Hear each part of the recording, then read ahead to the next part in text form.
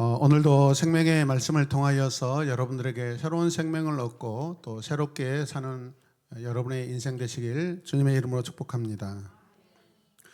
요한계시록 9장 12절에서 21절 말씀은 하나님의 심판이 얼마나 준엄한지를 엄중한지를 보여주는 그러한 내러티브 말씀입니다.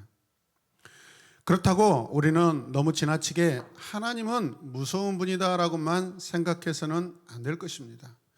하나님은 항상 심판 중에라도 진노 중에라도 긍휼을 베푸시는 분임을 믿으시길 바랍니다. 사랑과 긍휼의 하나님이십니다. 할렐루야. 이제 여섯째 나팔이 불면 사람의 3분의 1이 죽임을 당하는 큰 재앙이 임합니다. 그런데 이 본문이 정말 무섭게 보여주는 것은 재앙 자체만이 아닙니다. 그토록 큰 심판을 보고도 끝끝내 회개하지 않은 이 인간의 완악함입니다. 여러분 보십시오. 심판의 목적이 무엇입니까? 심판의 주 핵심의 대상이 누굽니까? 무엇입니까?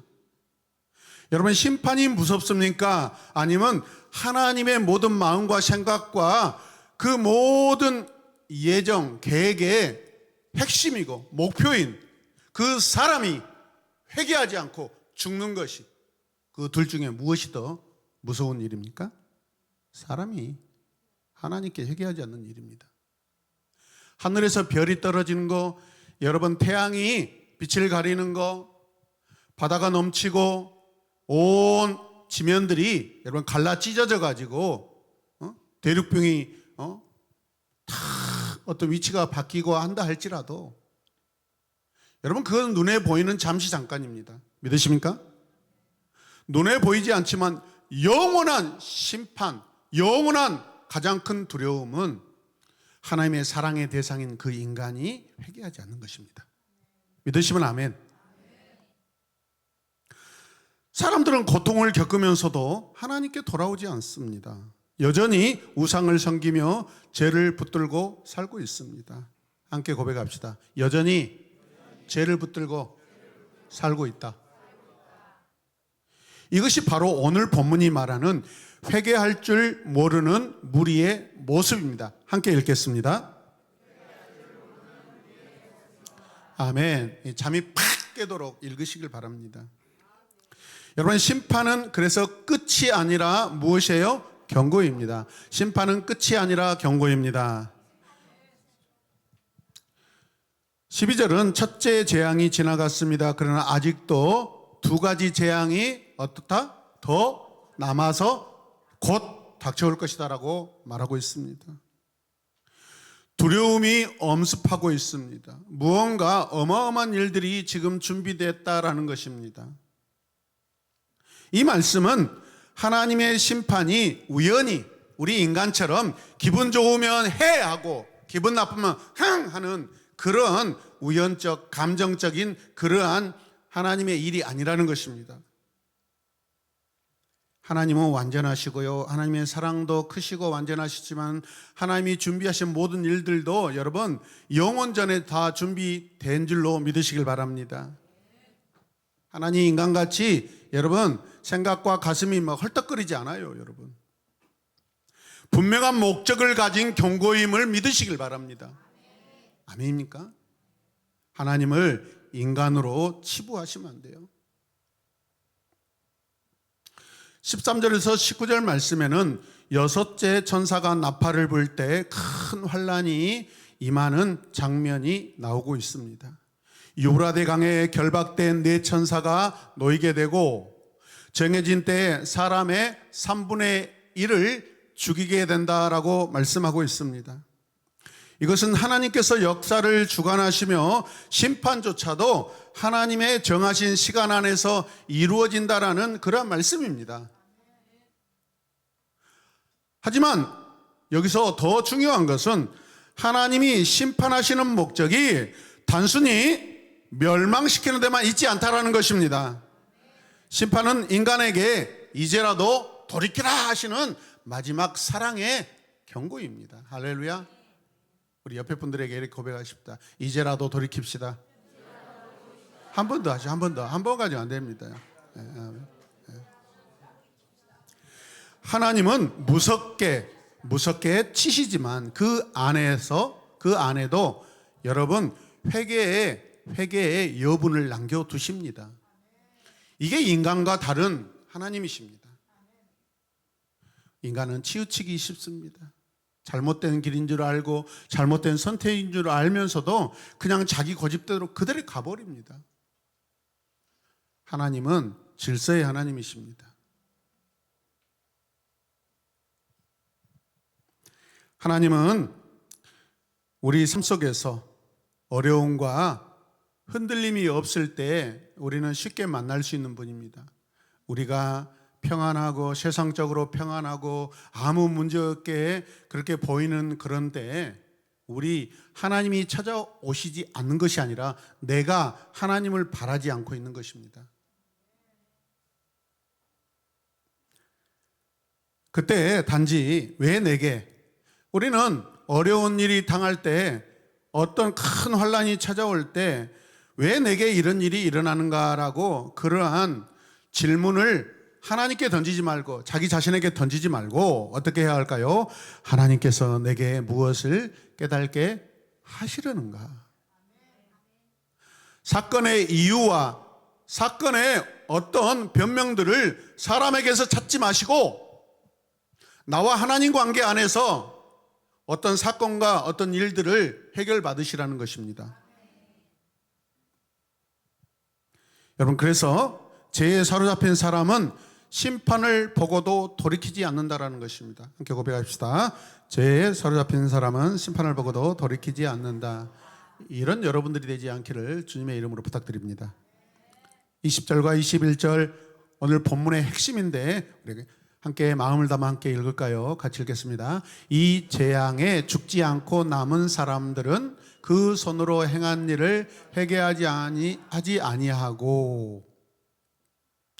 이 말씀은 인간이 얼마나 악하고 죄인인지 그 깊이를 적나라하게 보여주는 말씀입니다.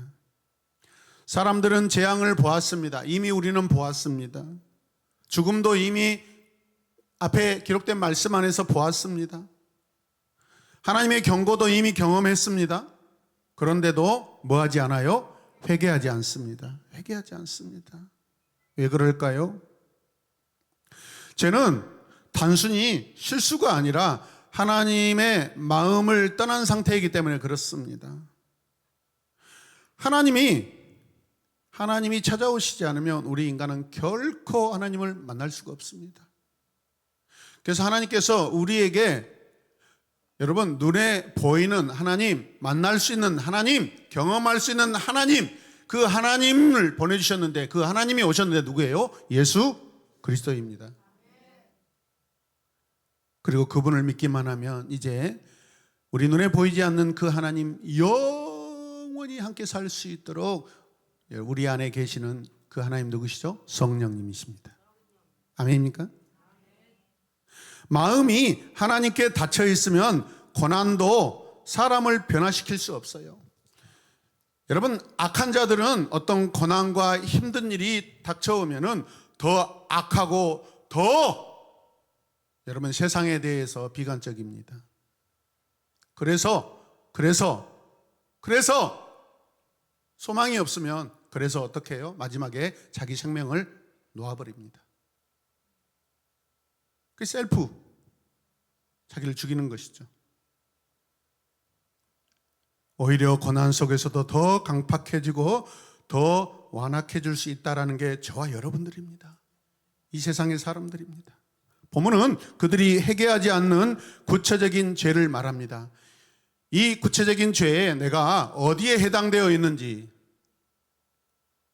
여러분 외면적인 이런 죄가 아니라 내면적인 하나님과의 관계적인 죄를 우리가 깊이 생각하는 성숙한 성도 되시길 바랍니다.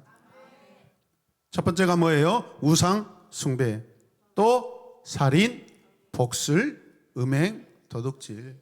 네.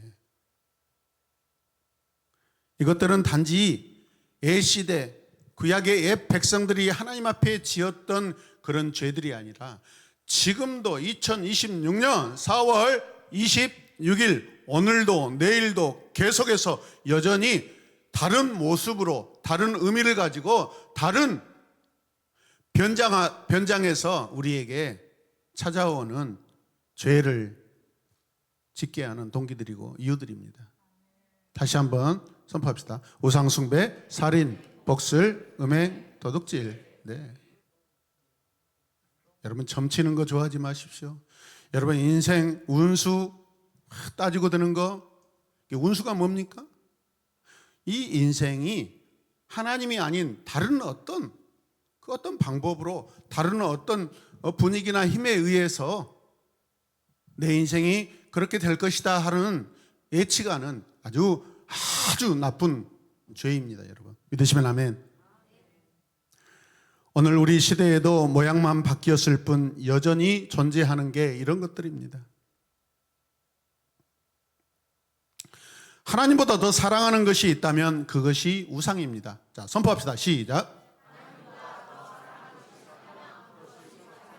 네, 우상이 뭐예요?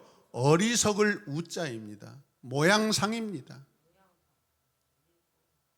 아주 바보 같은 그러한 모습을 우리는 우상이라고 합니다. 그 의미를 생각해 보십시오. 우상이 대단한 것처럼 여러분들 생각했죠? 그렇지 않습니다. 우상은 의미 자체가 여러분 그냥 어리석은 모양이에요. 그냥 어리석은 모양. 그냥 누군가 만들어 놓은 거예요. 사람의 손으로 깎아 놓고 만들어 놓은 거예요. 누가 한 거예요? 사람 스스로가 자기 신을 만들어 놓은 거예요. 우리 하나님은 어떤 누구의 힘에 의해서 존재하시는 분이 아니라 하나님은 스스로 존재하시는 분인 줄로 믿습니다. I am who I am. 나는 스스로 존재하는 자라 그렇게 말씀하십니다. 미움과 증오로 사람을 죽이듯 대하면 그것이 살인의 씨앗이 됩니다. 하나님보다 다른 힘을 의지하려는 마음은 이게 뭐예요? 복술, 주술, 점치는 그러한 행위의 뿌리입니다. 정욕과 쾌락을 따르는 삶도 마찬가지로 음행의 길입니다. 우리 머리부터 발끝까지 모든 감각과 기관들이 다른 어떤 것으로 인하여서 인간적인 어떤 행위로 인하여서 기쁨을 느낀다면 그거 우상숭배입니다. 우리는 오직 우리 인간의 본체가 되시고 여러분 창조자가 되시고 지으신 분이신 하나님을 위하여 하나님만을 위하여 기뻐하고 여러분 느끼시는 저와 여러분들 되시길 바랍니다. 아멘입니까? 정직하지 못하고 탐욕으로 사는 것은 도둑질의 모습입니다.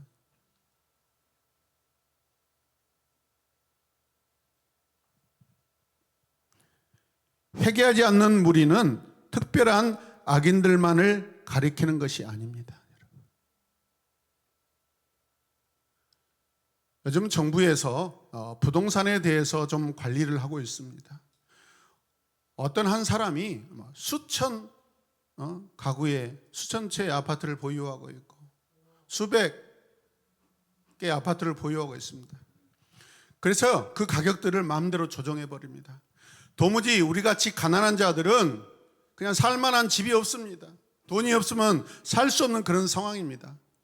그것을 정리하는 것입니다. 여러분, 하나님의 나라는 여러분 이런 균형과 정의로운 여러분 주택 공급이 돼야 되고, 할렐루야, 소득의 분배가 돼야 됩니다. 부자가 자기 노력에서 됐습니까? 그렇지 않습니다. 우리가 하나님의 주권을 생각한다면 하나님이 허락하시지 않으면 그 누구도 부자가 될 수 없고 그 누구도 가난한 자가 될 수 없습니다. 그 상황에서 하나님이 왜 부자를 세우시고 들었을까요? 여러분, 나름대로 그들이 가지고 있는 은사도 있습니다. 그런데 목적은 그들이 부자여서 자기를 위해 사는 것이 아니라 가난한 자들 위하여, 연약한 자들 위하여 나누고 베풀고 살게 하시기 위함입니다. 아멘. 그리고 그들이 회개하지 않으면 큰 부자라도 망하고 멸망당한다는 것을 여러분 하나님이 보여주시기 위함입니다.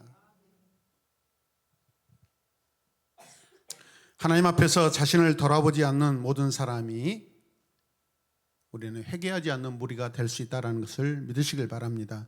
회개하지 않는 무리는 특별한 악인들만을 가리키는 것이 아닙니다.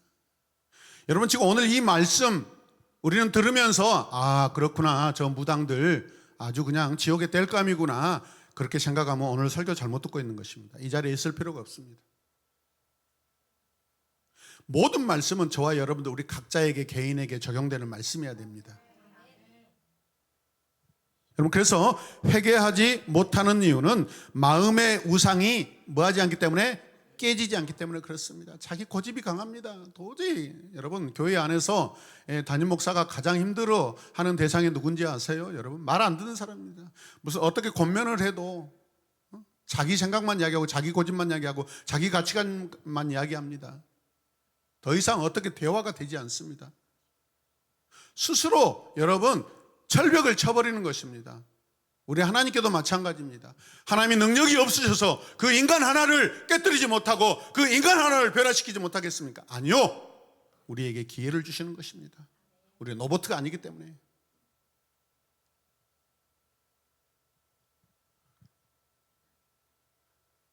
발달된 지능으로 영적인 우상을 섬기는 그런 영적 AI가 되지 마시고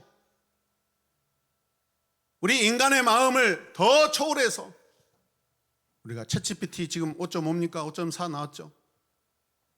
그걸 통해서 어떻게 하면 하나님을 더 알아갈까? 내가 모르는 성경 안에서의 하나님의 내러티브를 더 검색해서 이렇게 맞아, 이렇게 하나님이 하셨구나, 그런 이야기들을 여러분 검색하면 다 나옵니다. 이렇게 하나님을 더 사랑할 수 있겠구나. 영적인 AI들이 되시길 바랍니다.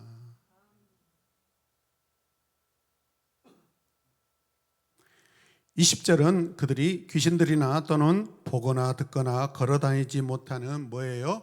금, 은, 구리, 돌, 나무로 만든 우상들에게 뭐하고 있어요? 절하기를 그치지 않고 있다는 것입니다. 절한다는 거에 뭐예요? 그들에게 경배한다는 것입니다. 이 우상은 생명이 없습니다. 믿으시면 아멘. 능력이 없습니다. 사람을 구원할 수가 없습니다. 근데 왜 이렇게 우리는 이런 것들을 그렇게 좋아하죠? 왜냐하면 이런 것들이 우리의 삶에 약간의 유익을 주는데 그 약간의 유익을 주는 것을 영원히 준다고 착각하기 때문에 그렇습니다. 인간이. 믿으십니까? 그들의 능력이 제한적인데 그것들을 너무 좋아하다 보니까 그 능력이 영원하다고 여러분 영적으로 착각하고 살기 때문에 그렇습니다.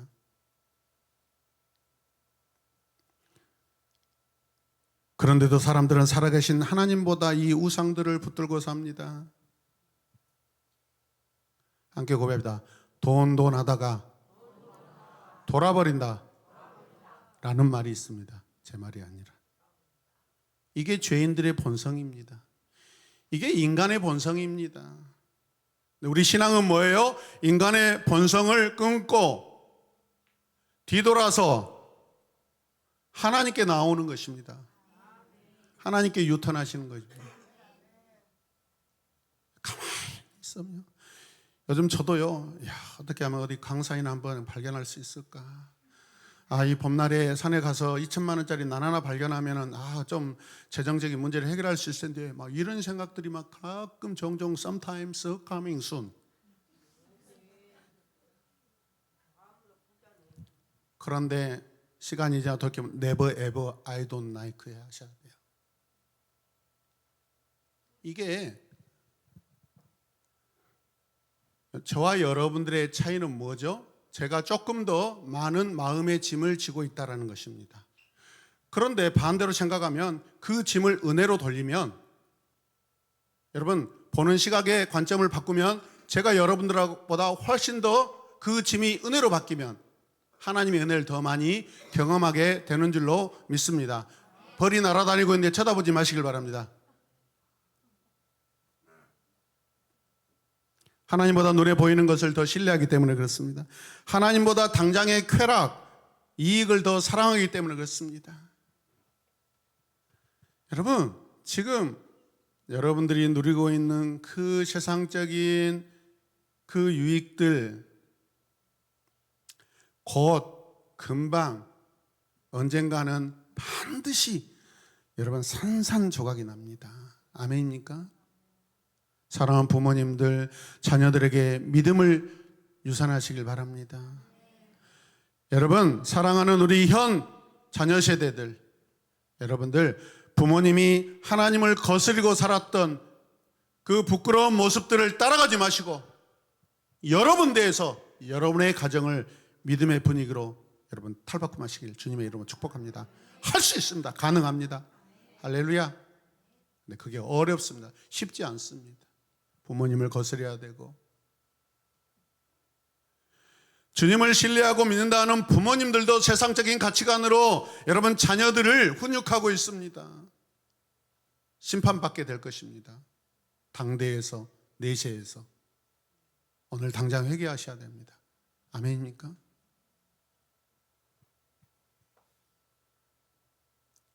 그까짓 것 돈, 그까짓 것 물질, 그까짓 것 좀 가난하게 살면 어때요? 우리 대한민국 여러분 밖에 나가면 충분히 하루 먹고 마시고 입고 잘 수 있는 그런 돈 충분히 벌 수 있는 나라입니다. 너무 걱정하지 마십시오. 너무 풍족하게 살려고 너무 발버둥 치지 않으셨으면 좋겠습니다. 그러나 하나님이 주신 여러분들의 성실과 근면과 부지런함과 그 은사를 통하여서 여러분 그 물질들을 잘 여러분 모아서 하나님 나라 위하여 사용하시면 그게 복된 줄로 믿습니다. 복음 전하는데, 세상을 변화시키는데, 제자 삼는 데 사용하십시오. 주님의 교회를 세우는 데 사용하십시오. 주님의 교회가 목표하는 하나님 나라 위한 그 사역들을 위하여 여러분 쓰임받을 수 있도록 여러분의 몸과 마음과 여러분의 물질들을 주님 앞에 마음껏 선하게 사용하시면 여러분 되시길 주님의 이름으로 축복합니다. 할렐루야. 사랑하는 성도 여러분, 회개는 단순히 잘못했습니다 라고 말하는 것이 아닙니다. 같이 고백하겠습니다. 회개는 단순히 잘못했습니다 라고 말하는 것이 아닙니다. 그럼 뭐예요? 자, 같이 읽어요. 회개는 나를 붙들고 있는 우상을 버리고 하나님께로 방향을 돌이키는 것입니다. 아멘. 아멘. 돌이키는 것이에요. 우리는 새 언약의 백성, 새 노래로 새 삶을, 새로운 인생, 거기에 새가 뭡니까? 예수 그리스도입니다. 함께 봅자. 나의 새는 예수 그리스도이다. 아멘. 아멘. 이 셋째 하나 우리 가슴에 주시려고 그분은요 온 인류의 죄를 짊어지시고 죽으셨습니다. 하나님이신 거룩하신 죄 가운데 오실 수 없는 분이 죄가 넘치고 죄가 관영하고 죄가 아주 넘실대는 내 삶에 오셔서 죽으신 분이에요. 그 셋째 하나를 우리 가슴에 새겨주시려고. 아멘. 사랑하는 성도 여러분, 그런데 사람이 우상을 놓지 않으려고 하면 입술로는 진짜 회개한다고 해도 진짜 회개가 일어나지 않습니다.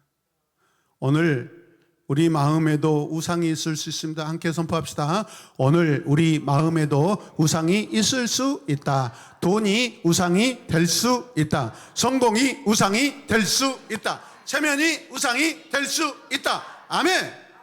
하물며 내 부모, 내 자녀, 내 직장, 내 사업이 우상이 될 수 있다 없다? 있다라는 거예요, 여러분. 모든 것이 다 우상이 될 수 있습니다. 돈 하나만 가지고 이야기하지 마십시오. 사람의 인정이 우상이 될 수 있다. 저는 수만 명이 모이는 교회에서 부교육자 생활을 하고 개척을 했습니다. 힘들 때마다 그 교회 그 목사님을 찾아가고 싶으면 얼마나 많은지 모릅니다. 한번 찾아가서 그냥 눈물 한번 흘리고 목사님 도와주십시오. 그러면은 적어도 뭐 2천, 3천만 원, 많게 5천만 원, 1억도 받을 수 있는 그런 상황인데 가지 않았습니다. 그때는 좋을 것 같지만 그 이후에 내가 아무리 열심히 노력해가지고 어떤 교회를 이뤘다 할지라도 그 시작과 토대가 그 목사님으로 돼버리기 때문에, 하나님이 없는 상황이 돼버리기 때문에 내가 하나님께 드리고 자랑할 것이 없습니다. 그 교회에서 도와줘서 이렇게 됐다라는 것 때문에. 그래서 힘들고 어려울 때마다 여러분 가슴을 치고 눈물을 머금고 그 망설임이 계속 파도같이 찾아오지만은 여러분 끊어내고 죄악에 끊어내고 의심을 끌어내고 그 하나님이 아닌 다른 의지함을 끊어내고 여기까지 온 줄로 믿으시길 바랍니다.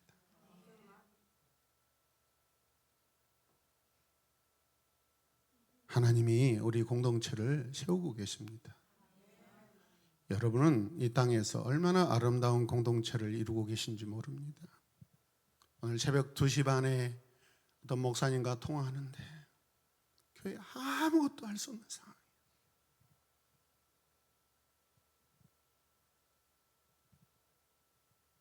도무지 열심히 할 수 있는, 훈련할 수 있는, 양육할 수 있는, 공부할 수 있는, 마음대로 할 수 있는 그 분위기가 안 된다는 거예요. 그런데 여러분들은 얼마나 좋은 교회를 섬기고 있습니까? 그럼에도 불구하고 목사님이 하니까, 목사님이 결정했으니까, 목사님이 그냥 강제로 하니까 우리가 하는 거 아닙니까? 이렇게 말씀하시는 것은 하나님의 은혜가 없는 고백입니다. 부족한 나를 위하여, 우리 부족한 우리 목사님을 통하여 나를 이렇게 기르시고 나를 훈련하시는구나 생각하는 것이 우리 상호간에 서로 덕이 되는 줄로 믿습니다. 할렐루야. 저 제 힘으로 우리 공동체 이루었다고 저 단언하지 않습니다. 우리 리더들이 없으면 어떻게 여기까지 왔겠습니까? 우리 성도님들이 없으면 어떻게 여기까지 왔습니까? 우리 자녀들이 없으면 어떻게 여기까지 왔겠습니까? 또 합력하여 선을 이루게 하신 우리 올로 목사님 안 계셨으면 여러분 지금 이 모습이 어떻게 있을 수 있겠습니까? 우리는 다 부족한 자입니다. 우리는 흔히 인생, 우리 결혼 생활을 내 존재를 반쪽이라고 여기합니다. 남편이 반쪽, 건너편의 반쪽은 누구예요? 아내죠, 여러분. 반쪽이 만나서 온 것이 됩니다. 온 것이. 온 놈이라고 하면 또 남자만 또 공격이 되니까. 그만큼 우리 인생은 내가 완전하지 않다라는 것을 고백하는 그러한 삶인 줄로 믿으시길 바랍니다. 회개할 줄 모르는 무리는 멀리 있는 사람이 아니라 오늘 이 자리에 앉아서 하나님의 말씀을 듣고 있는 내가 될 수 있습니다. 하나님보다 다른 것을 더 붙들고 있는 바로 우리 자신, 나 자신일 수 있다는 것을 믿으시길 바랍니다. 그럼 겸손합시다. 저하고 여러분들이 겸손하셔서 하나님, 저는 아무것도 아니에요. 하나님 도와주시면 아무것도 안 해요. 하나님 빛 속에서, 하나님 빛 앞에서 그렇게 살게 하여 주시옵소서. 하나님은 지금도 그래서 회개의 기회를 모든 사람들에게 주고 계신 줄로 믿습니다. 요한계시록 말씀 오늘도 나왔잖아요. 3분의 1, 3분의 2 계속해서 3년 반 이런, 여러분 그냥 10이라는 완전 숫자, 그냥 결말의 숫자를 주시지 않고 항상 반으로 쪼개 놓으셔요. 3분의 1로 쪼개 놓으셔요. 왜? 그 시간은 우리에게 회개의 기회가 되는 줄로 믿습니다. 보면은 회개하지 않는 무리들의 모습을 보여주지만 동시에 반대로 생각하면 아직 회개의 기회가 남아있는 자들에게 회개하고 돌아오라라는 기회를 주신 줄로 믿습니다. 하나님은 심판 이전에 경고하십니다. 징계 가운데서 우리를 부르십니다. 하나님이 언제 예고도 없이 단박에 다 멸망시키고 죽이는 경우가 어디가 있어요? 우리가 성경을 보시면은 모세를 통하여서, 선지자를 통하여서, 왕을 통하여서 먼저 우리에게 경고하시고 부르시고 돌이키시라고. 여러분, 하나님이 애타십니다. 가정에서 자녀들이 여러분 잘못된 길로 나갈 때 부모님이 바로 몽둥이로 허리를 걸칩니까? 그렇지 않습니다. 몇 번을 이야기합니다. 너 왜 그러냐, 무슨 일 있냐. 가장 가까이 우리 가정 안에 하나님의 속성들이 우리 부모님을 통하여서 우리에게 나타난 줄로 믿습니다.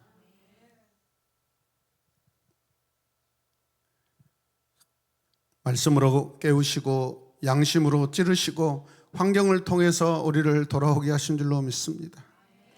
회개는 늦기 전에 해야 됩니다.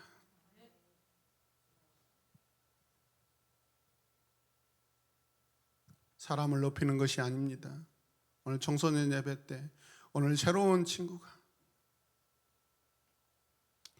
저는 사람이기 때문에 아무리 목사여도 저는 눈에 보이는 것을 좋아합니다. 그럴 수밖에 없습니다.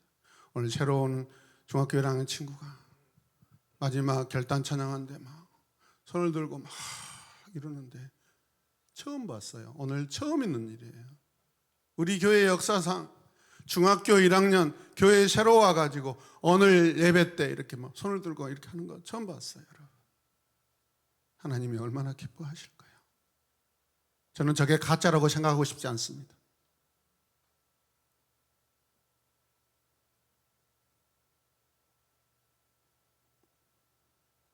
문제가 더 심각해진 뒤에가 아니라 말씀을 들을 때 오늘 이 시간, 말씀을 듣는 시간, 생명의 시간이 우리를 돌이키시고 회복되고 하나님께 다시 여러분 방향을 틀어 나가는 시간인 줄로 믿습니다. 성경은 늘 우리에게 이렇게 말합니다. 함께 고백하겠습니다. 오늘 너희가 그의 음성을 듣거든 너의 마음을 완고하게 하지 말라. 계속해서 회개는 패배가 아닙니다. 아멘. 회개는 살 길입니다. 아멘. 회개는 부끄러운 일이 아니라 은혜의 문으로 들어가는 길입니다. 아멘. 회개하는 사람은 소망이 있습니다. 아멘. 회개하지 않는 사람은 심판 앞에 홀로 서게 됩니다. 아멘. 그래서요, 우리는 어떻게 해야 돼요? 우리는 어떤 사람이 되어야 할까요? 이 말씀 앞에서 우리는 두 부류의 하나입니다. 심판을 보고도 끝내 돌이키지 않는 사람이 될 수 있고요, 말씀을 듣고 즉시 자신을 돌아보며 회개하는 사람도 있습니다. 후자가 되시길 바랍니다. 하나님께서 원하시는 사람은 완벽한 사람이 아니라 회개할 줄 아는 사람입니다. 넘어질 수 있습니다. 실수할 수 있습니다. 그러나 죄를 붙들고 버티는 사람은 위험합니다. 하나님 앞에 깨지고 돌이키고 다시 주님께 나오는 사람이 은혜를 입은 줄로 믿습니다. 그러므로 우리는 날마다 물어야 합니다. 나는 말씀을 들을 때 마음이 부드러운가? 하나님보다 더 사랑하는 우상은 없는가? 반복되는 죄를 가볍게 여기고 있지 않는가? 하나님이 주시는 경고를 무시하고 있지는 않은가? 하나님이 맡겨준 존귀한 그런 사역들에 대해서 내가 좋은 태도로 하나님 앞에 서 있는가? 우리 자신을 보았으면 좋겠습니다. 회개는 한 번으로 끝나는 것이 아니라 여러분 믿는 자의 태도입니다.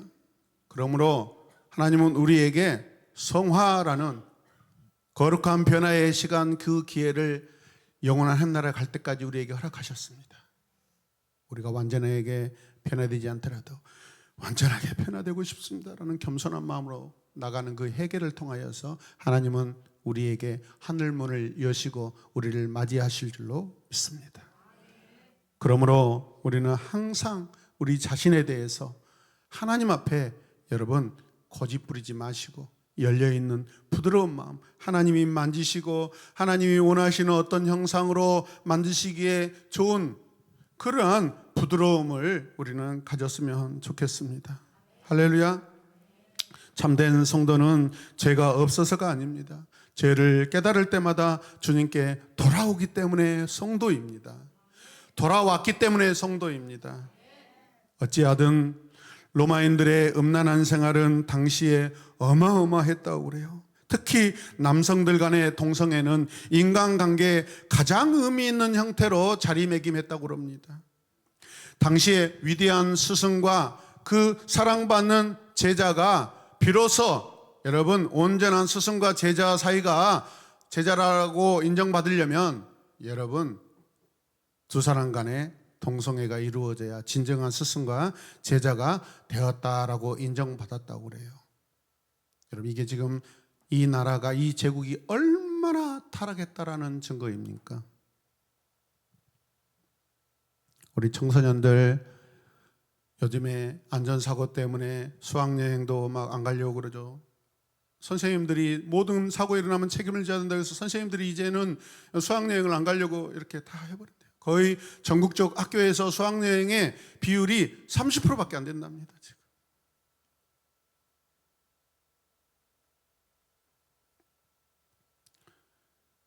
여러분, 두더지가 무서워서 창못 당그는 그러한 일이 우리 안에 있지 않길 원합니다. 구더기예요? 나는 두더지인 줄 알았어. 그래서 밑에 장독이 구멍을 내 가지고 물을 부어도 안 찬다고 나는 생각했네. 저는 이렇게 다양하게 머리가 영리하게 해석하고 말하는지 모르겠어. 구더기였구나. 네, 이 시간을 빌어서 구더기라고 정정하겠습니다. 근데 저는 두더지가 더 재밌다고 생각됩니다. 어렸을 때 저는 그 두더지를 많이 봤거든요. 그 밑에 숨어가지고 이렇게 막 블룩블룩블룩 하면 땅이 이렇게 움직이고 있거든요. 그래서 장독대를 깨먹기도 하고 그렇습니다. 하나님의 관심은 회개하지 않는 사람들의 마음에 있습니다. 좋아서가 아니라 돌이키고 돌아오라는 것이죠. 믿으시면 아멘. 요한계시록 9장 오늘 12절에서 21절은 우리에게 하나님의 사랑을 주시는 그러한 말씀인 줄로 믿으시길 바랍니다. 할렐루야. 너는 경고를 들을 때 돌이키는 사람이냐 끝까지 버티는 사람이냐. 회개할 줄 모르는 무리는 여러분 재앙보다 더 무섭다라는 말씀을 기억하시길 바랍니다. 할렐루야. 오늘 이 시간 말씀을 마무리하면서 우리 함께 적용 질문을 함께 우리 자신에게 던져보도록 하겠습니다.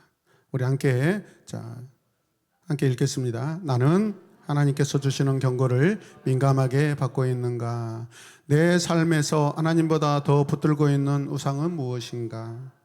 반복하면서 대수롭지 않게 여기는 죄는 없는가? 오늘 당장 돌이켜야 할 부분은 무엇인가? 그리스도 예수의 흘리신 그 값진 피가 헛되게 소멸되지 않기 원합니다. 이 땅에 주님이 나를 위해서, 잠정적인 여러분 성도들을 위해서, 현재 죄인들을 위해서 흘리신 피입니다. 이 모든 자들 위해 주님이 십자가에서 피를 흘리셨습니다. 믿으십니까? 주님의 죽으심은 징계가 아닌 드러내어 고치는 하나님의 은혜와 사랑인 줄로 믿습니다. 사랑하는 성도들 여러분, 우리 기도하기를 원합니다. 주님, 요한계시록의 말씀을 통해 심판 앞에서도 회개하지 않는 인간의 그 완악함을 보게 하시니 감사합니다. 우리 안에도 그런 강팍함이 있음을 고백합니다. 고난을 겪으면서도 깨달지 못하고 말씀을 들으면서도 돌이키지 못했던 죄를 용서하여 주시옵소서. 우리 마음의 우상을 버리게 하시고 죄를 미워하게 하여 주시옵소서. 주님 앞에 즉시 회개하는 하나님의 영을 허락하여 주시옵소서. 저는 자꾸 망설이려고 그러는데 단호한 성령님께서, 깨끗하신 성령님께서, 정결하신 성령님께서 내가 즉각 단번에 하나님께 나아갈 수 있도록 주여 나를 도와주시옵소서. 그래서 끝까지 완악한 무리가 아니라 하나님의 말씀 앞에 겸손히 엎드리는 주의 사랑받는 백성 되게 하여 주시옵소서.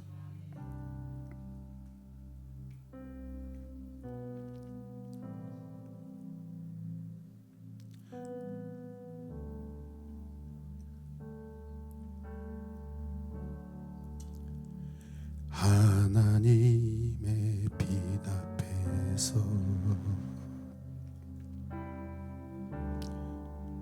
그 투명한 빛 앞에서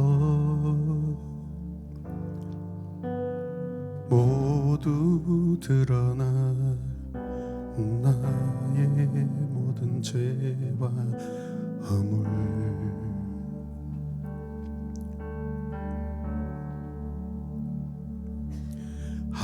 하나님의 빛 속에서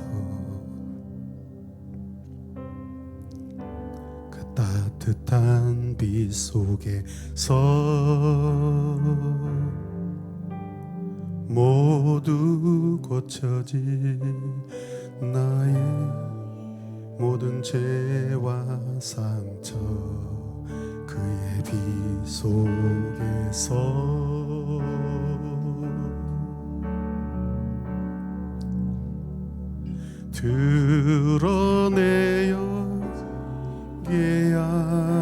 드러내어야만이 드러내어 지시는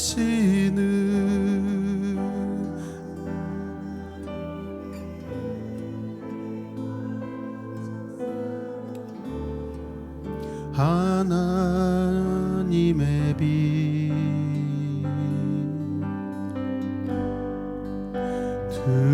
드러내어 부끄럽게 하지 않고 단단히 만들 은혜와 사랑 전하게 할 하나님 그 빛 드러내어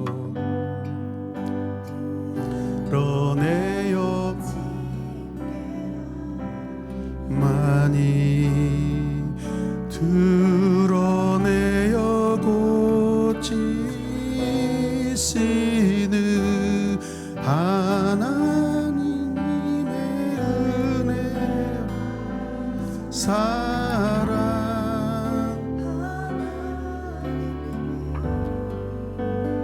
드러내어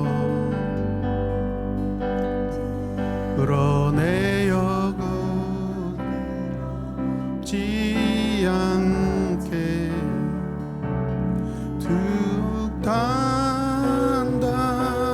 단단히 만들 은혜와 사랑 전하게 할 하나님 그 빛 우리 이 시간 함께 기도할까요?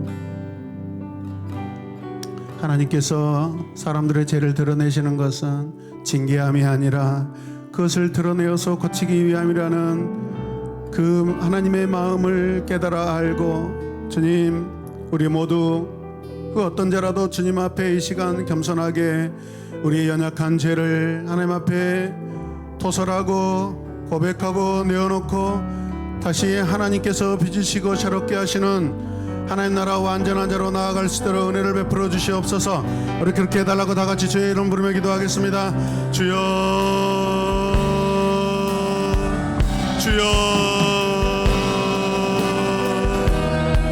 주여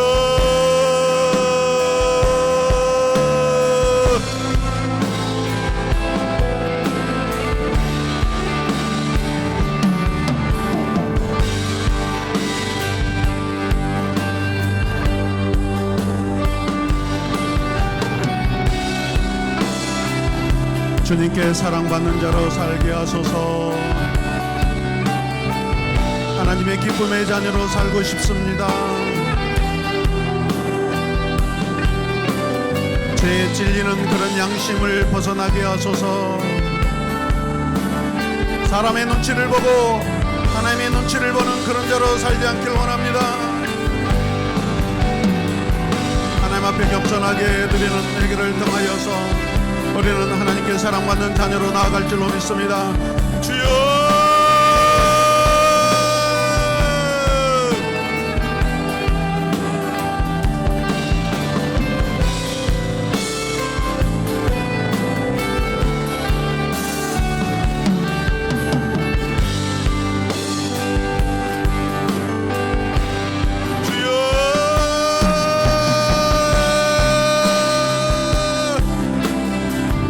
나의 회개로 나의 죄를 드러내고 나의 연약함을 겸손하게 정직하게 드러내어서 완전함이 하나님께서 나를 완전하게 거룩하게 경건하게 바꾸실 수 있도록 주여 회개하게 하소서.